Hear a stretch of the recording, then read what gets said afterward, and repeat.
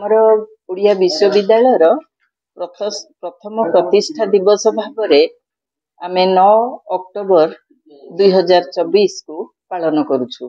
तेबे आम विश्वविद्यालय बहुत गुड़िया उल्लेखनीय दिन रही जे आमर पाठ पढ़ा आरंभ होता सेप्टेम्बर 5 2023 आमर यही जेते सबु कोठा आमको लोकार्पित होता जनवरी 24 तारिख रे 2024 मसीह प्रथम प्रतिष्ठा दिवस ओडिया विश्वविद्यालय पालन करने को जाउची। 2018 मसीह आमर पूर्वतन मुख्यमंत्री श्रीयुत नवीन पट्टनायक यही गोपबंधु जयंती दिन अर्थात 9 अक्टोबर 2018 भित्तिप्रस्तर स्थापन करथिले। दिन को आम प्रथम प्रतिष्ठा दिवस रूपे पालन करुचु। तो यही कार्यक्रम आम 3टी दिन रे 3 कार्यक्रम रखीचु। गतकाली आमर यही प्रांगण रे ओडिया विश्वविद्यालय प्रांगण रे आमे खाद्य मेला करथिलु। सेथिरे विभिन्न विभाग रे छात्र छात्री माने नाना प्रकार पारंपरिक खाद्य अन्यान्य लोकप्रिय खाद्य सब तैयारी करथिले।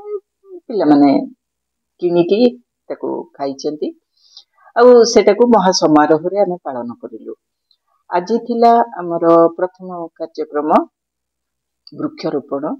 तो आमे किछि चंदन गछ आउ अँला गछ स्वर्णचंपा कृष्णचूड़ा आउ सुनारी ए सब गछ आमे आज लगेइछु एवं भविष्यत रे माने किछि छुट्टी खोलिला परे मध्य 100 संख्या रे आमे गछ लगेइबु।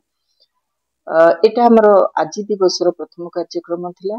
द्वितीय आमे एई सत्यवादी रो जेते सब सांबादिक बंधु अछंती सेमानक सहित गोटे आलाप आलोचना रे कार्यक्रम रखिथिलु जहा वर्तमान चलीची।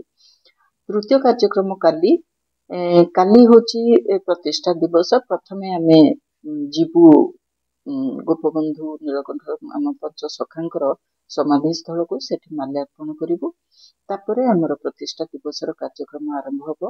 हमर मुख्य अतिथि और उद्घाटक अछंती विशिष्ट साहित्यिक शांतनु कुमार आचार्य एवं मुख्य वक्ता अछंती डॉक्टर दास बेनहुर, सम्मानित वक्ता डॉक्टर गौरहरि दास महाशय एवं एमानकर जो उद्घाटन हबो कार्यक्रम एटा सेही समय रे अर्थात प्रथम दिवस रो पूर्वाह्न रे हमर संवर्धन व्यवस्था मध्य रही आमे एटा पालन करूछु एवं भविष्यत रे प्रत्येक वर्ष प्रतिष्ठा दिवस रे एहा पालित हबो।